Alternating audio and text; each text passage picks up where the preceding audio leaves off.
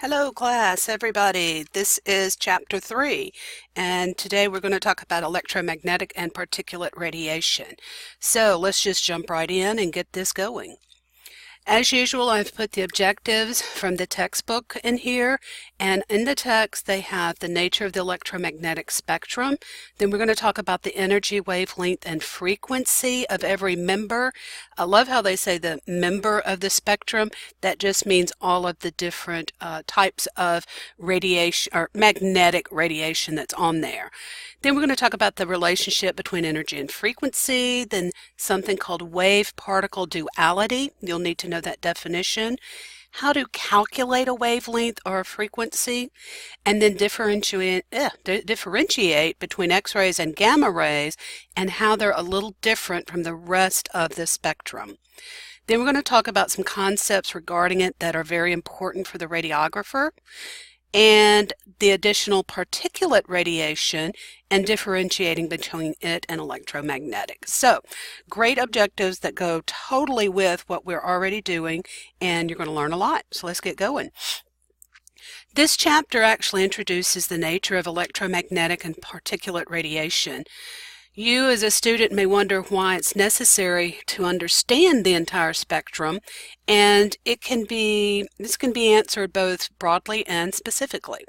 In general, it's the radiographer's role to be familiar with the different types of radiation that patients are exposed to, and you need to be able to answer questions and educate patients. The radiographer should also consider him or herself a resource for the public, and you ought to be able to tell them or dispel any myths or misconceptions about medical imaging in general. That's one of the biggest things, is being able to let them know what we're doing is useful, not necessarily harmful. Both ends of the electromagnetic spectrum are used in medical imaging. Believe it or not, radio waves are used in conjunction with the magnetic field that we use in magnetic resonance imaging, which is MRI. X-rays and gamma rays are used in radiology and nuclear medicine, respectively. One difference between the ends of the spectrum is that high energy radiation, and that's our X-ray and gamma ray, has the ability to ionize matter, and we're going to talk about that. But more specifically, the radiographer should be able to explain to a patient the nature of ionizing radiation and the risks and benefits. And you should be an advocate for the patient in such discussions with other professionals. So when the patient comes to you and says, well, I just had my blood drawn and they told me that I'm fixing to get a whole bunch of radiation, you should be able to actually explain what you're doing and why you need to do that. You also need to understand the nature of radiation well enough to use it safely. Now, we have another whole course later in your program that's going to go over radiation protection and radiation safety, but you actually need to know the base, that's a good word, the base of this spectrum and what ionizing radiation is and where it sits on the spectrum. With all of this in mind, the electromagnetic spectrum is discussed first, and then I'll talk about particulate radiation. So let's get going. Radiation is a form of energy, period. And there are two basic types of radiation. One is particulate, and that involves tiny, fast-moving particles that have energy and mass. Particulate radiation is primarily produced by the disintegration of an unstable atom and includes alpha and beta particles. Now, I know on this image right here, I have alpha and beta and gamma. Gamma is actually on the electromagnetic spectrum, but we'll talk about it in a little bit of why it's also considered particulate radiation. The second basic type of radiation is electromagnetic radiation.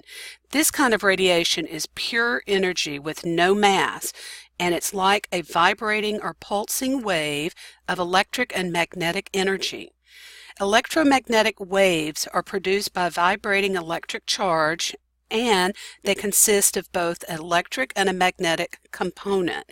So this is the electric wave going through matter just like this.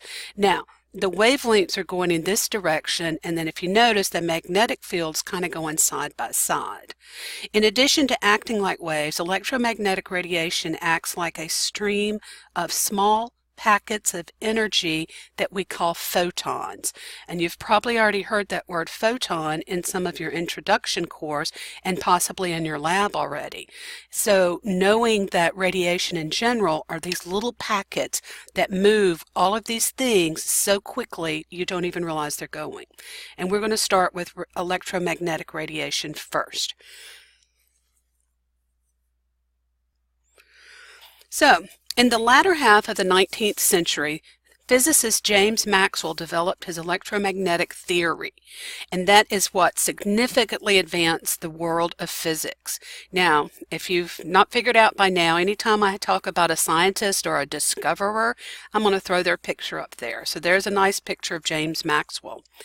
In his theory, he explained that all electromagnetic radiation is very similar. All of it has no mass.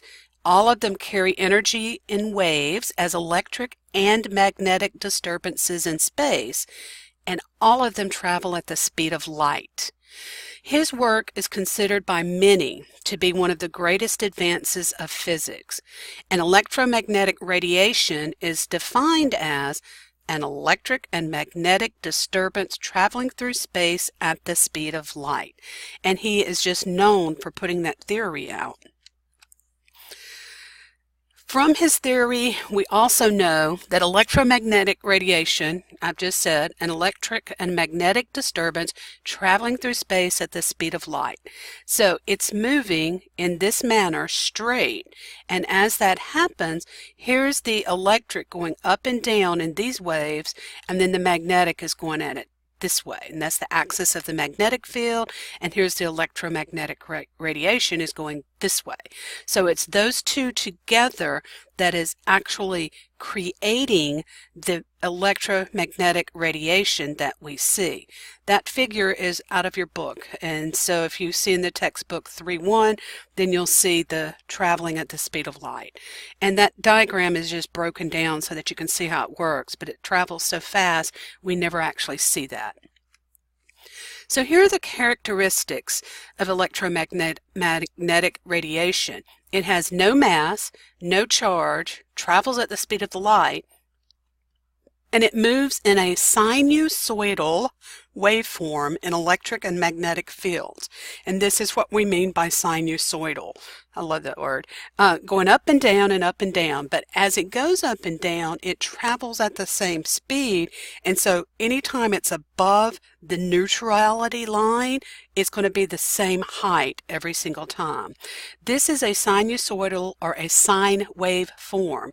The amplitude is just the height, the greatest height of the wave.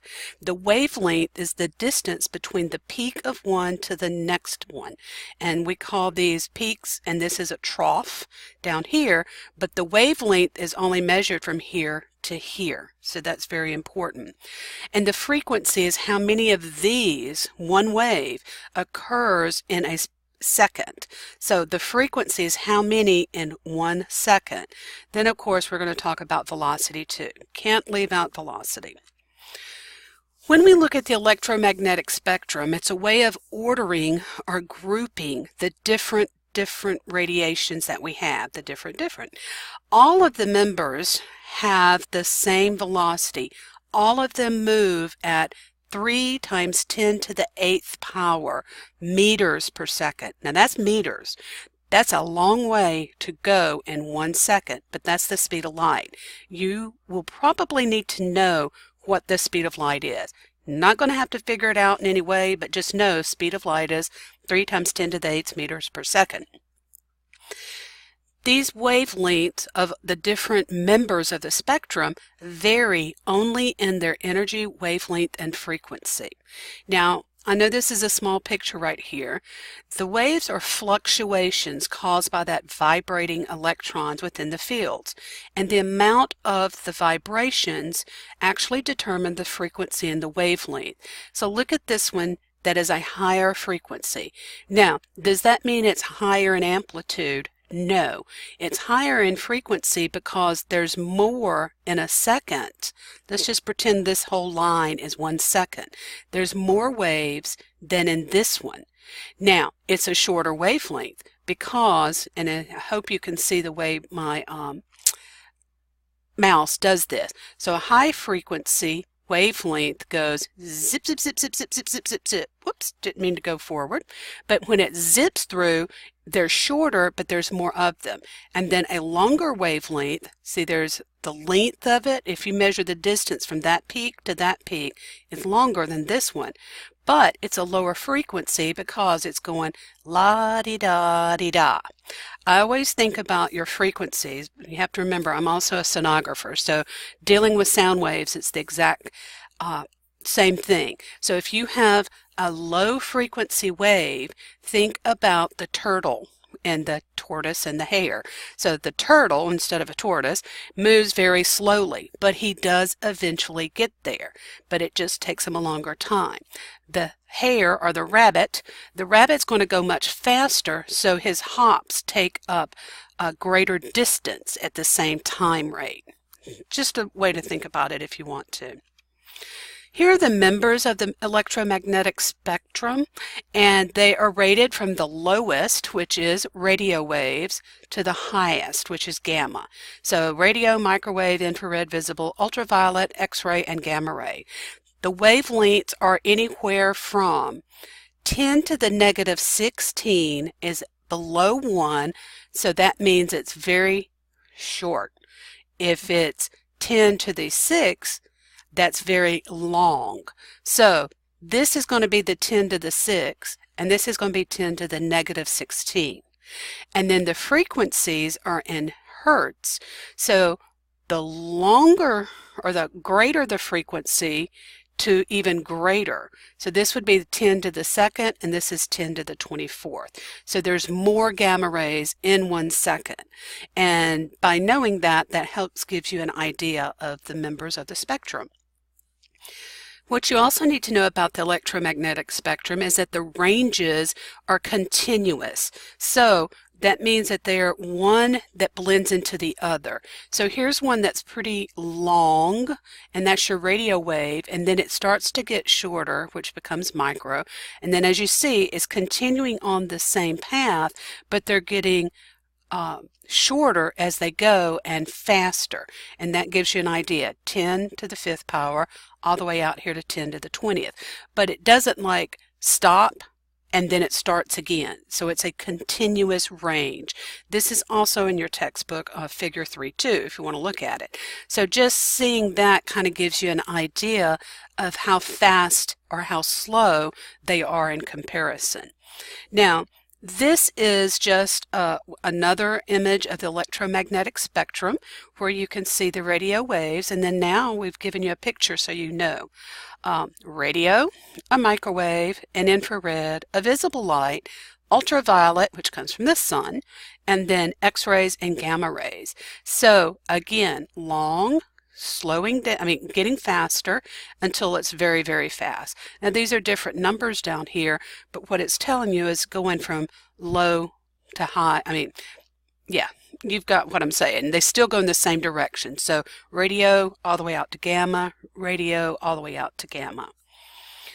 Now, what you also need to know about electromagnetic radiation is, even though I've been calling these waves, they're still radiation. Now, that doesn't mean that it's radiating someone like it's a bad thing. Electromagnetic radiation is a form of energy that originates from the atom. That means that it's emitted when changes in the atoms occur. So if the electrons undergo orbital transitions or an atomic nuclei emits excess energy, then they do that to regain stability. And we talked about that when we discussed the atom in the last chapter. Unlike mechanical energy requires an object or a matter to go through. Electromagnetic energy can exist apart from matter and travels through a vacuum. And again, I brought up my ultrasound that I was talking about. Ultrasound is a mechanical energy that has to have a medium to actually pass through. And in case you didn't know it, if you think about sound, hearing me talk right now, you would not be able to hear me if you didn't have your inner ear to actually go through. So just something to think about. This type of radiation and this type of wave does not have to have matter to go through. You can put X-ray out into the air. You can put ultraviolet rays or infrared rays, all of these things. Now, what I want you to notice here is this spectrum is going in a different direction. We usually think about things as going from left to right, but please note that there are many different ways that these can be displayed, and so if you saw one going from this way to this way, just make sure that you understand that. So here's talking about the energy in electron volts, and this is the -8, and then all the way up to a +8, 10 to the 8th power. And so these are in nanometers down here instead of just meters. But it still means that it goes that many waves in 1 second, okay? So in fact, energy and frequency of electromagnetic radiation are related mathematically. Don't you love that word? Everything we do has to have a math formula. The energy of electromagnetic radiation can be calculated by energy equals H, which is Planck's constant, and then F, the frequency of a photon. In this formula, E is energy, H is Planck's constant. There you go. That's what it's equal to. You can either say in electron volts seconds or joules per second. Either way. Now, do you have to know what that is? Probably not the number. What you do need to understand is that you may actually be asked a question that says, what is Planck's constant? You know, that is just the constant that you always apply to a wave so that you know you can create a mathematical formula out of it. So, the energy is measured in electron volts, E big V, and then the physicist Max Planck, I can't talk, first described the direct proportionality between energy and frequency. So, he's the one that said as frequency increases, so does the energy. So if you think about the rabbit that goes very fast, and if he goes zip, zip, zip, zip, zip, well, yeah, the energy has to be there to create that frequency.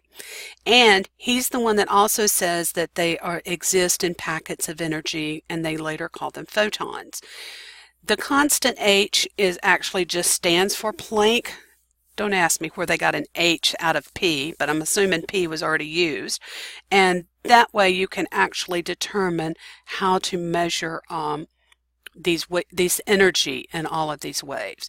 Now, I want you to notice here, first off, there's a picture of Max Planck, and he changed physics and our understanding of the world forever when he discovered that objects do not radiate a smooth, continuous range of energies, which had been assumed in classical physics.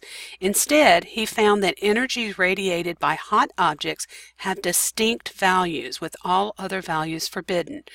This was the beginning of quantum theory, and this is what replaced classical physics for atomic scale events. Quantum theory revolutionized our understanding of atomic and subatomic processes, just as Albert Einstein's theories of relativity revolutionized our understanding of gravity, space, and time. It's these two things together, quantum theory and theories of relativity, that have constructed the spectacular breakthrough of 20th century physics. Now, I throw all that out there just because in most of the pictures that I looked for Max Planck, you found him standing beside Albert Einstein, so the two work together. Now, I also put this up here because what did we see in our last slide? Just jump back there real quick. It says E equals H times F. This one says E equals H times V. Now, this is here to tell you that frequency of radiation is sometimes written as F instead of V, but the V actually means velocity or the quantum energy of a photon. So the H stays constant. Always put this number right here either this one or that one, and then you can figure this out. Why is that important? Because when we talk about the word wave-particle duality, that is a property that electromagnetic radiation exhibits, and it depends on the energy and sometimes the environment that it's in. So wave-particle duality is the idea that there are two equally correct ways to describe electromagnetic radiation. So duality means two. Conceptually, we can talk about electromagnetic radiation based on its wave characteristics, but you can talk about the wave in wavelength and in frequency. Now, yes, amplitude and velocity also, but with wavelength and frequency, we can talk about and measure the frequency of different things. This is another image out of your textbook.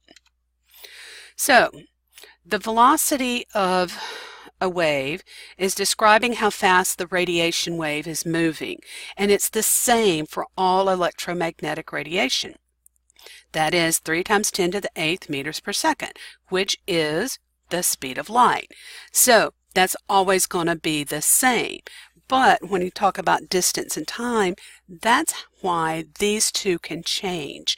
So if it's always traveling at the speed of light, if it goes a bigger distance, then what? It's inversely related to the time, and vice versa. Now, look at that right there, and that's very similar to the equations we've already looked at. But what we can also say, the basic formula for calculating a wavelength or frequency is the velocity. And velocity is the frequency times the wavelength. We've already talked about that. So velocity equals frequency times wavelength. So if we're looking for the electromagnetic radiation and we want to actually do a formula, so it's simplified when we apply it because the velocity of the spectrum is the same for everything. So instead of the V, now we're going to use c, which is the speed of light. And so we always have that constant, and if you only have one of the other values, then you can figure it out. So if we replace the velocity with c, our formula then becomes it should be c equals f times wavelength. So that's the symbol for wavelength. When solving for frequency and say I know the wavelength, I always know the speed of light, so what is the frequency of this wave? You go wavelength into there, and that's the frequency. Same thing goes for wavelength. If I know my frequency and I know the speed of light, then I can figure out the wavelength. So just a good old algebra problem. If you have two of the three things in a formula, you can figure it out. Okay? So just know that it can be shown either like that, or we can do it like this. Now let's talk about amplitude. Amplitude is just the maximum height of a wave or the magnitude of the wave. Is that important? No, because that amplitude does not actually come into any measurements that you will have to do, but that is called a peak, and then down here it's still a peak, but it's a negative. But when you look at a wave overall, most of the time you say a peak and a trough. But this amplitude is going to be the same on either side of the neutrality line right there. What you do need to know about is that definition. You may actually have a test question at some point that says, what's amplitude? Maximum height of a wave. So what is a wavelength? Simple enough. Distance from the peak to the next peak of a wave. And a wavelength is always inversely related to frequency. Wavelength is going to be in meters, but usually in an exponential form. So you're not going to say a wavelength is 10 million meters. You're going to say 10 to the ever how many exponential it is from there. So a longer wavelength, I mean, this is a great visual right here. Got it in black and green. Here's the wavelength, and then here's the wavelength. So you just put a line right in the center of that wave, and you measure the distance between it. The scientific definition of a wavelength is the distance between corresponding points of two consecutive waves. and the corresponding points are 2 points or particles in the same phase, which means you could actually measure your wavelength from here to here if you wanted to, but they should be the same, and that then goes back to your amplitude because it's the same on top as it is the bottom. So the longer the wavelength, the lower the frequency, and vice versa. Wavelength is generally expressed in meters, and because we're dealing with very large, we actually put them in exponential form. So it would be 10 to the negative 11 meters, or however you want to say that. So there's your wavelength. Frequency. The number of waves that pass through a given point per second. Hertz is the expression, the unit that it's always expressed in, but it is always related to 1 second. And again, it's in exponential form because you're not going to just have 2 waves per second. You're going to have 2 million or 200,000 or whatever that is. So frequency is generally expressed in hertz. 1 hertz is 1 cycle per second. The long wave AM radio have frequencies anywhere from 500 to 1600 kilohertz. So that's kilohertz, and that means 0.5 to 1.6 megahertz. 1 kilohertz is 1,000 cycles per second. 1 megahertz is 1 million. So the difference in those just has to do with what those metric units are used in. We're always going to talk about meters, but you also need to know if they give you a question in kilohertz, then you need to change it to 1,000 or 1,000th, whichever one it is. And because electromagnetic radiation wavelengths, frequencies are very large or very small, and that's why we use the exponential form. Okay, so just another way to remember frequency. Hertz, how many? And H is just the best way to do it. H, how many of them? Here's just a simple image. Here's the wavelength. So you know this is called a lambda, but that is the anatomic. This is the actual unit. It's an annotation, there we go, for wavelength, and it's the distance between identical points. There's the amplitude, distance between the origin. See, now they're saying a crest. Some people say crest, some people say peak, and then the trough. And then the frequency, how many are in there, and then speed is the wavelength. Why is all of these different parts of a wave important? Because this is an application of the inverse square law. And so when we talk about electromagnetic radiation, we characterize it by how it interacts with matter. When you hear that word, inverse square law, do you remember that from your introduction course? Now, we'll talk about it more in depth later, but for right now, you need to know that this radiation, or whatever the light particle, is that it diminishes by a factor of the square of the distance from the source. So here you go. Here's a light bulb, and then as it goes out, see how it's getting, so the further, all that good stuff. Whoops, did not mean to do that. So an individual particle or photon of electromagnetic radiation has an energy given by the Planck formula. Higher energy photons act more like particles, whereas low energy radiation act more like waves. So even though I'm calling these waves on the electromagnetic spectrum, when we come to X-ray and gamma rays, they actually seem to work more as a particulate than they do electromagnetic. So this is a concept of the light source and important to medical imaging. We'll talk about it more in Chapter 6 and then in Chapter 10. So X-rays and gamma rays have characteristics of both waves and particles, but because their energy is so high, they exhibit more particulate characteristics than those at the other end. So when we talk about X-ray and gamma, they are on the electromagnetic spectrum, but we have to remember the difference is their energy is so high, but they still diverge from the source where emitted, and then the intensity diminishes over distance, and that's because it spreads out. So look at this light. The intensity of this, here's the intensity. It's all in this one packet. But the bigger the light gets, the intensity is spread out over 4. Now it's spread out over 12. Now it's spread out over 16. Same thing with radiation. The further away it gets from the source, the less intense it is. Gamma rays do the exact same thing. So what is a particulate? Because X-ray and gamma have wave characteristics of transmission, their energy is so high that they can burn the skin, and the intensity of them varies according to the inverse square law. One additional particulate characteristic that is unique to the two highest members, X-rays and gamma, is the ability to ionize matter. When a photon possesses sufficient energy, it removes electrons from the orbit of an atom during an interaction. And this removal is called ionization. We've already discussed that term. The atom and the electron that was removed is called an ion pair.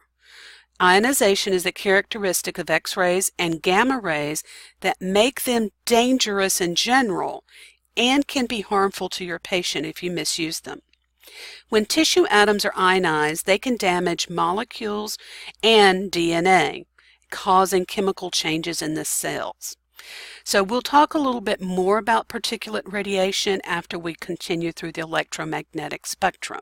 So just remember, X-ray and gamma are at the higher energy end of the spectrum, but they're still considered waves, but they're also considered particulate. That is because of their high energy and their ability to ionize matter.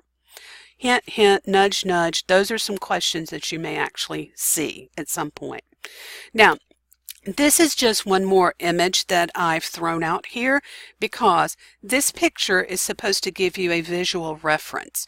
So right here is a radio wave. What they want you to think about is the wave itself here's the scale of it. That's how big. It can be as big as a building. That wave is so large, and so then the larger it is, the longer it takes to come back down, meaning it doesn't have a lot of energy. I hope my pointer is showing through. Now, when it comes to microwaves, what you want to relate it to is that it can either be human on one end, so it's as big as a person, so it's that big, and again it takes longer. A butterfly, that's a good way to look at it, so you're seeing the differences here in scale. And infrared, now we're talking the needle point, not the needle itself, just the point of a needle is how small it is. So the smaller it is, the more tightly packed it is, and the higher the frequency. Then visible light is as small as a protozoa. Now, I know that picture makes it look big, but it's smaller than a needle point. Then you have ultraviolet light, which is as small as a molecule. And molecules are made out of atoms. X-ray is as small as an atom, and a gamma ray is as small as the atom's nucleus. So that's giving you a reference of how big to how small these waves are, the wave and the wavelengths, but it also means that their frequency increases. Okay? So keep that in mind for just a second. So let's talk about the origin of a gamma ray. What is different about a gamma ray is that they each originate from a different energy source than an X-ray. Gamma rays originate in the nucleus of an atom and represents the excess energy the atom is giving off, and is giving that off so that it can become more stable. So just like in this picture, it is as small as the nucleus. Well, that means it actually originates at the nucleus. So when we think about radiation and you think about an X-ray, what you need to know about gamma rays is also used in radiology or in imaging. And here's a normal cell, and they have found a cancer in it, so they will actually take gamma rays and direct it at that cancer to kill it. So when we say that it can ionize things, sometimes we want to ionize things to make it better. So If any of you have had, and I hope you haven't, but if you've ever had a family member or a friend who's had to have some type of surgery because of cancer, if you've ever heard of the word Gamma knife, that is a tool that is very much used in like brain cancer, where they actually zap a cancer scale through the brain where it's directed just to the cancer cell and it doesn't damage anything else around it. That's what they call radiotherapy, and that's where gamma rays are actually useful. We want those for that reason. But you don't want the gamma rays to hit the normal part of any part of the body, just that cancerous cell. The origin of X-rays, they originate through interactions between electrons and atoms. Now again, we're going to eventually get to where we talk about how those electrons are sent from the cathode to the anode, and they're boiled off. They have all these other things, but they are produced when fast-moving electrons within the tube strike the atoms of the metal and its target. And then we'll talk about that again in later details. But when we create X-rays, it's because of an interaction between electrons and atoms. So here's our electron. We send it through. There's some that goes on, but the X-ray is what comes out the other side. So that is the difference between the origin of X-ray, which is the atom itself, and then the gamma is within the nucleus of the atom. So now let's talk about ionization. We lightly discussed this in the introductory course, and I think you had Professor Fanning last quarter. One additional particulate characteristic unique to the two members at the higher end, X-ray and gamma, is the ability to ionize matter. When a photon possesses sufficient energy, it can remove electrons from the orbit of an atom during interactions. It's called ionization. The atom and the electron is called an ion pair. I know, you've heard this way too many times, but I hope you also understand that's because you need to know it. So ionization is a characteristic of X-ray and gamma that none of the rest of the electromagnetic spectrum has, but it's what makes them dangerous and harmful if misused. If tissue atoms are ionized, they can damage molecules, DNA, and cause a chemical change in cell. Now let's go to the rest of the spectrum. Now I know that's a little fuzzy on there, but it's just another one of those areas. I like this one because not only is it telling you some numbers and it's telling you the names of them and the frequency, but this is non-ionizing and this is ionizing. And I want you to know this because right here, ultraviolet, we're going to talk about how it almost has an ionizing characteristic about it. But radio, very low. Here's some more radio. There's a cell phone, there's a microwave, infrared, all these other things, okay? Now, radio waves, the lowest end of the spectrum. The low end of the energy spectrum begins with radio waves, and the common use that we know about is in MRI. Now, what do? We actually listen to it transmitting our favorite music to our radio, but it has other uses too. The basic principle of operation of MRI hinges on the fact that nuclei of hydrogen atoms are magnetic. When you place them in a strong magnetic field, the nuclei absorbs and re-emits radio waves of a particular frequency.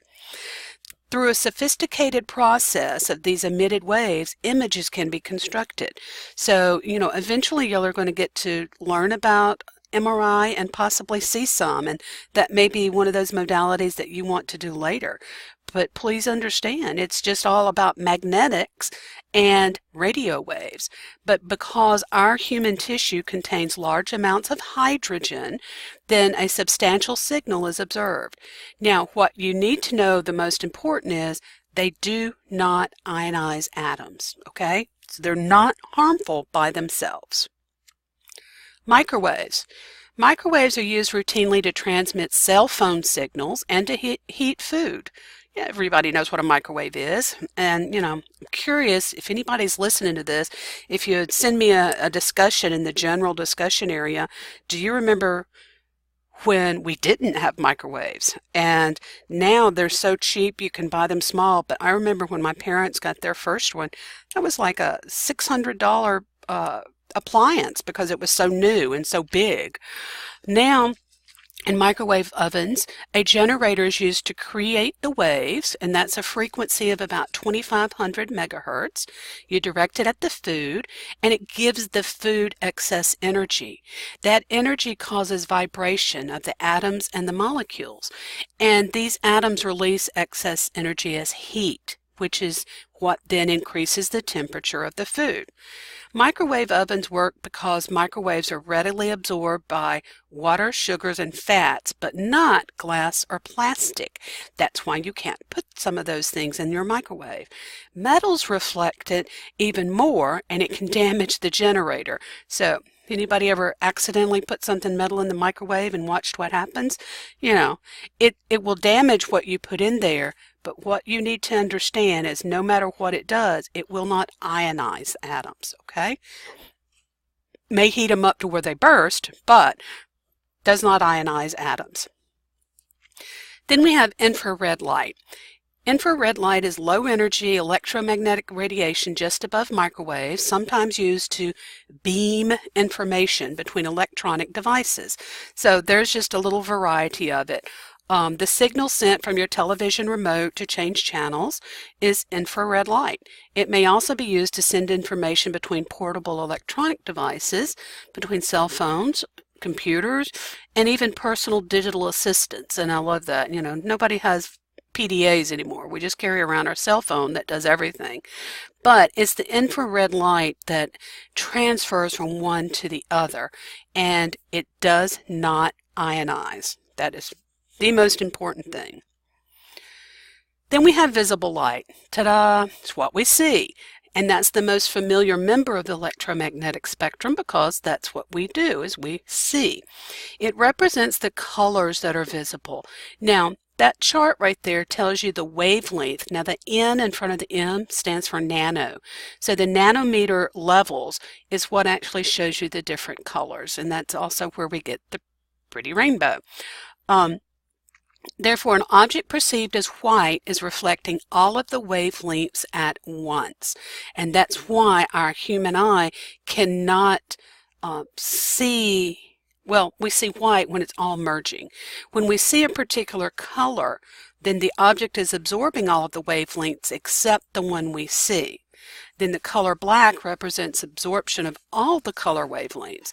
The visible spectrum is a tiny portion of the electromagnetic spectrum, and again, visible light does not ionize atoms. So you cannot do any damage with light.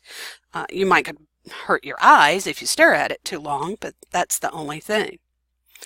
And then we have ultraviolet light. So that's just a little bit above visible light, and it's approaching the energization, I don't know if that's a word or not, of X-rays and gammas. Ultraviolet light emitting bulbs are used in tanning beds because it's part of sunlight. So sunlight actually emits ultraviolet light also. Remember when I said somebody was responsible for getting UV rays blocked in sunglasses? You know, that was one of their first things, but that's actually a good thing because they can damage our eyes. Ultraviolet light can be harmful, and routine exposure has been demonstrated to cause skin cancer. Ultraviolet light stimulates melanin, which is already in our body, but it stimulates it to be produced even more in skin cells, and that's what causes the darkening or the damage to the melanocytes, resulting in cancer. But it does not ionize the atoms. Now, I'm not going to sit here and tell anybody not to use a tanning bed because I've used many a one. I used to own one myself.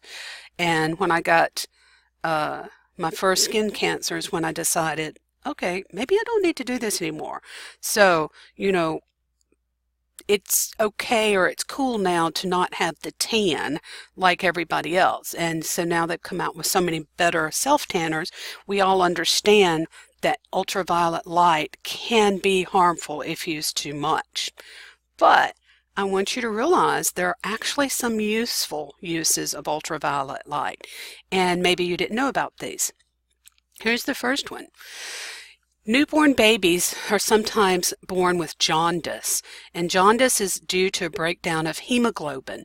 So doctors treat them by phototherapy using bright light or UV light. And when the skin of the baby is exposed to that light for long periods, the bilirubin in the skin breaks down to water-soluble form and gets out of the body through urine.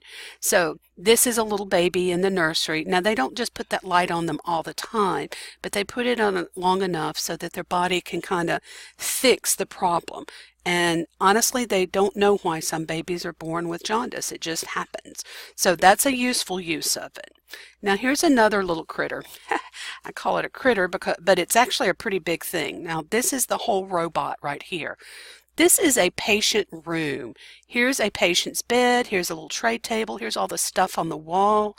What they have learned is that it is better when a patient is discharged from a room, whether they had infectious diseases or not, they can bring this ultraviolet light in. They close the door and make everybody leave, and they turn this on.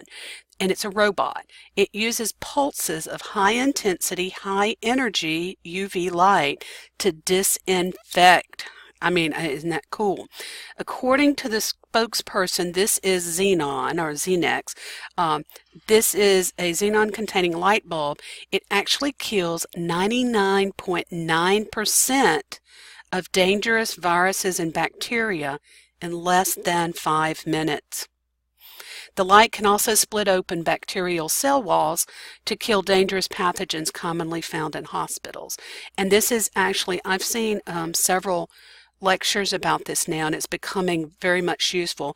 And one of the things that they talk about is, yes, that robot costs a lot of money, but it in the long run creates so much better. Now somebody's still going to wipe down the body fluids or anything else that's sitting around, but they have found that there is less leftovers, I guess is the best way to say it, when that is used instead of someone just mopping or other types of disinfectant that they used to use.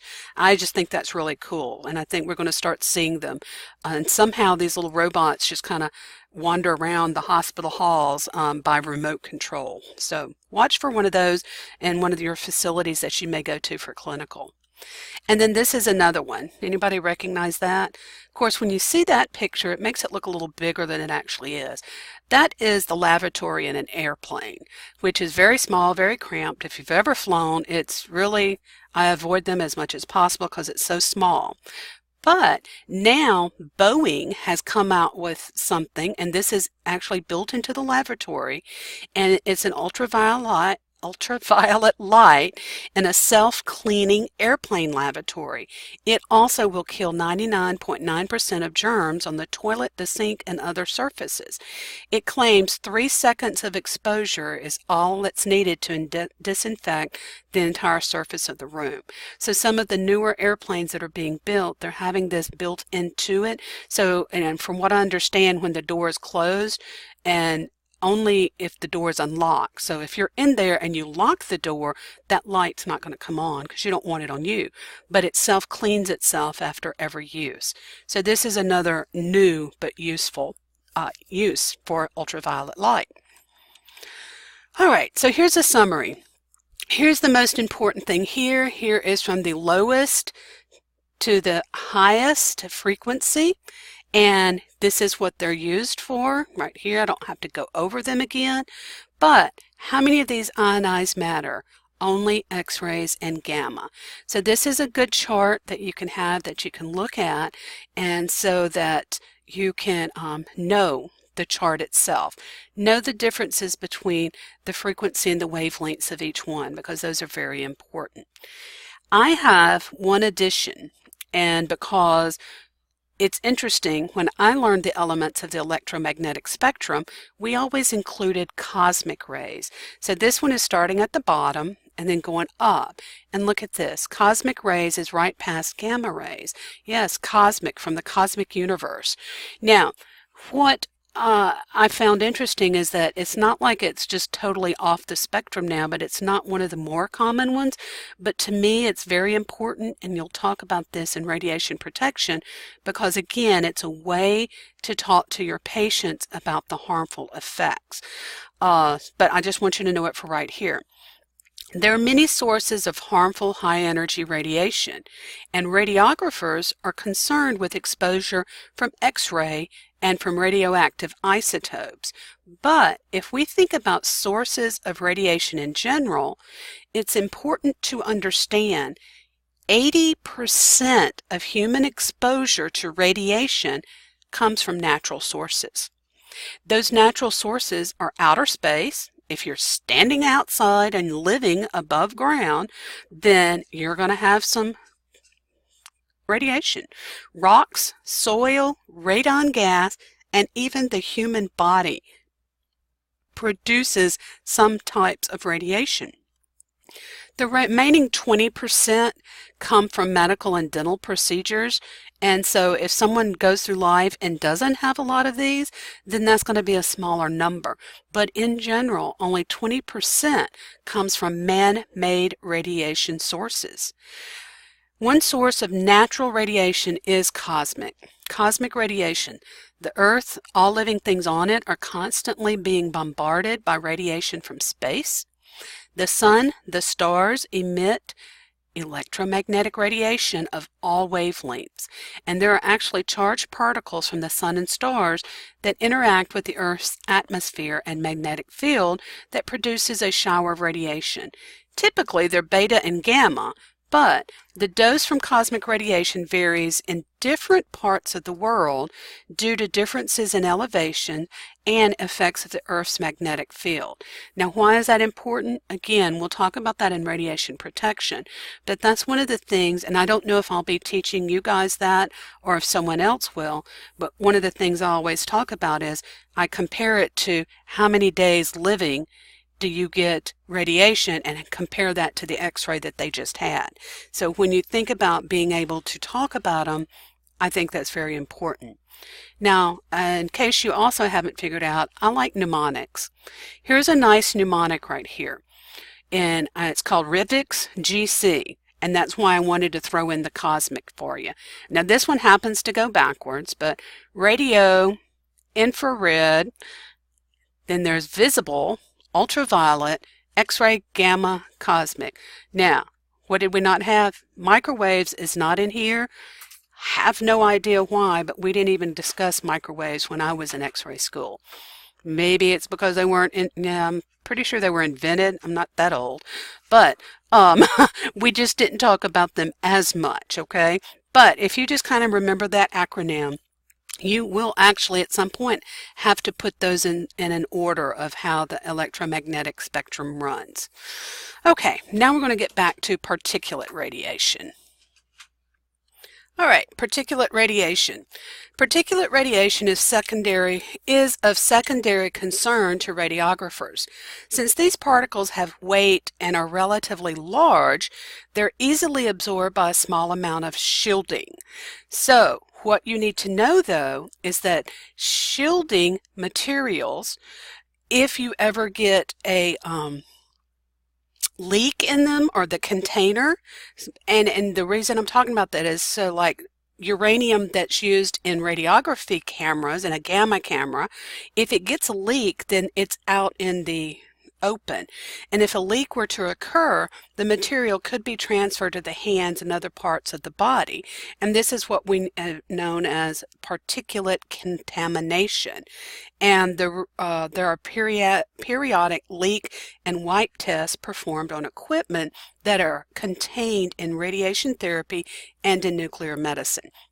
So, everything that I find about particulate radiation always talks about the two major ones that we're going to talk about, which are alpha and beta. But this right here is gamma. Gamma is almost always thrown in there too, even though it's on the electromagnetic spectrum. You need to understand most of the physicists put it on with particulate. Now, this picture, what it's showing you right here, is that paper will stop an alpha. Aluminum will stop a beta. Lead pretty much stops all of gamma, but it doesn't all of it. So that just means it doesn't have much oomph to go through, but it's still harmful.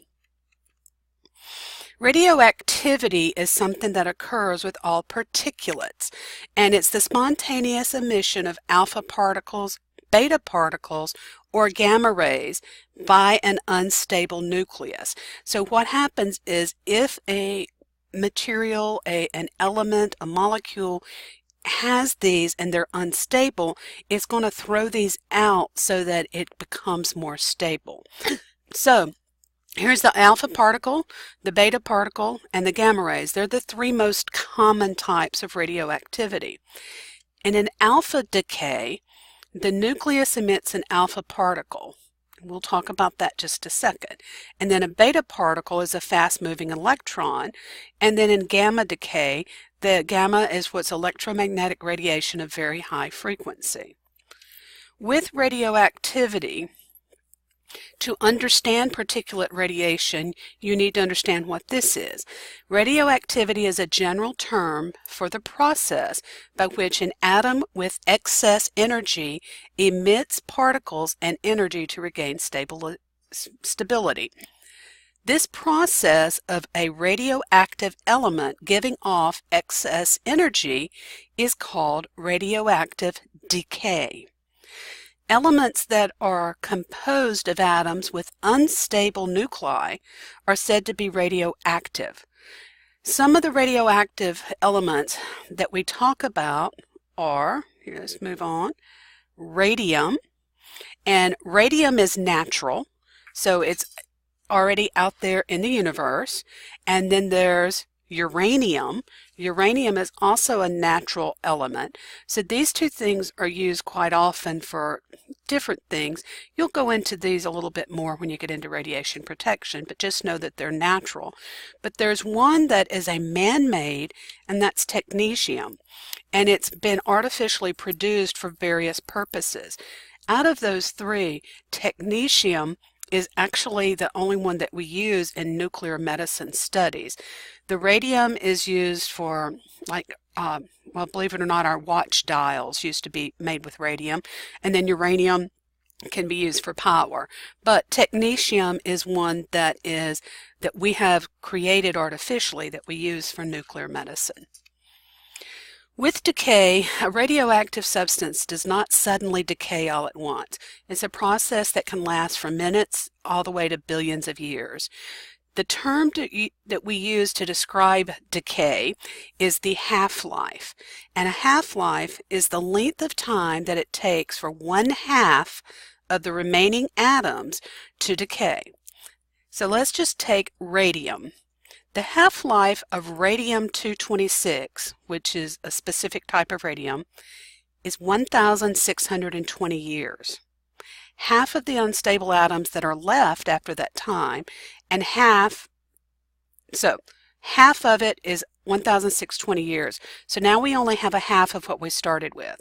Only half of it decays in the next 1,620 years. And that just keeps going on and on and on so that it takes forever to actually go away. Now, when we were in Chapter 1, we talked about units of measure, and that is the Curie or the becquerel for the word radioactive decay. And the electromagnetic photons emitted during this process are gamma rays. And so that's where we get the gamma rays and why it's part of a particulate radiation. But now let's discuss the other two, alpha particles and beta particles.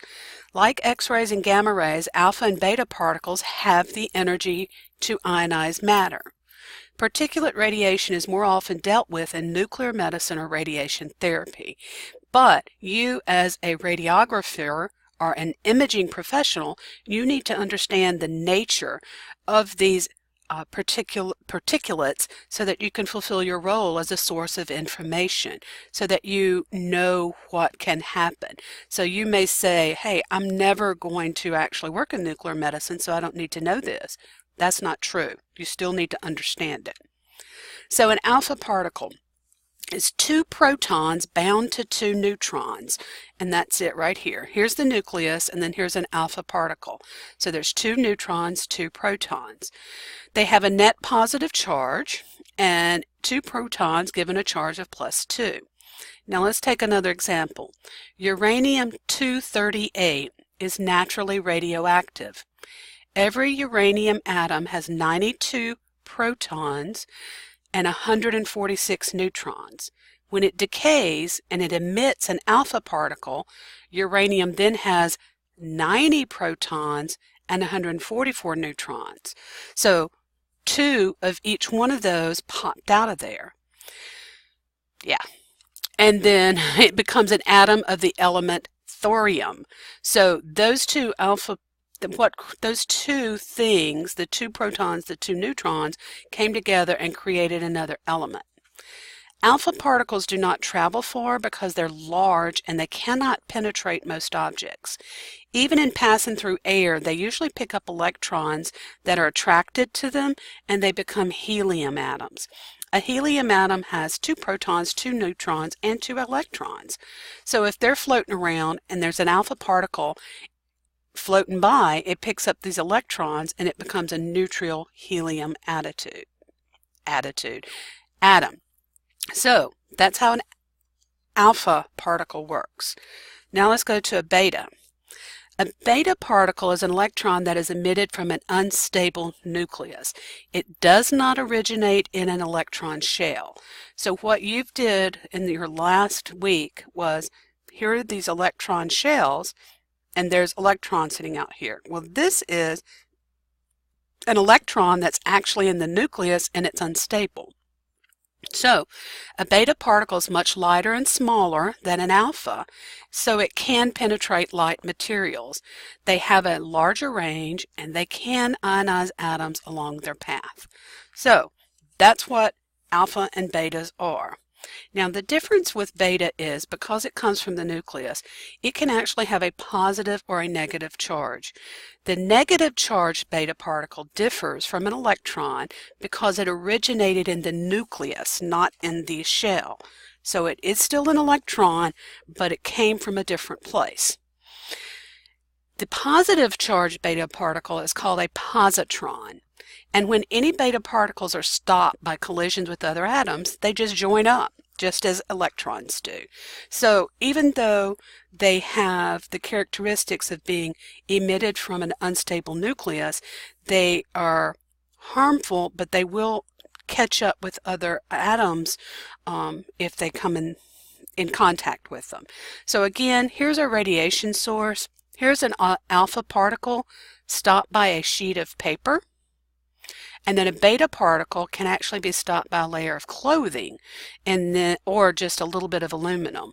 But then gamma rays take several feet of concrete or a few inches of lead, meaning if it got through this sheet of paper and it touched the hand, it could ionize.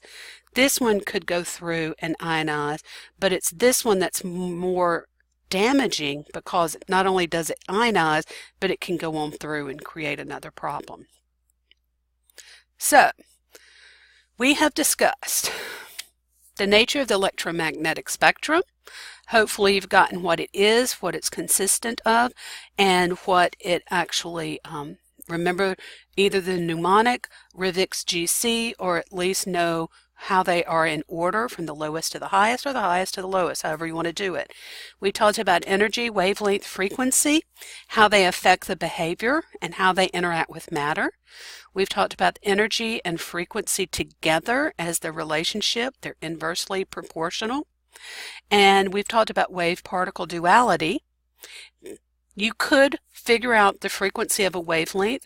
I'm actually going to put out some information if you want to go and work on some of those problems. I think it would do you some good. And then you can differentiate between X-rays and gamma rays and the rest of the electromagnetic spectrum. All of this is important because you as a radiographer need to understand what it is that you're working with every day, and you can relay that information to the public or your patient when you're actually working with them every day. And then we talked about particulates and how particulates are important in some aspects of imaging, but how it also is different from electromagnetic. So hopefully from today's discussion, if you listen to it, I appreciate it. Here's just another cute x-ray that I like to throw out there, and I hope you have a very good day. Thanks.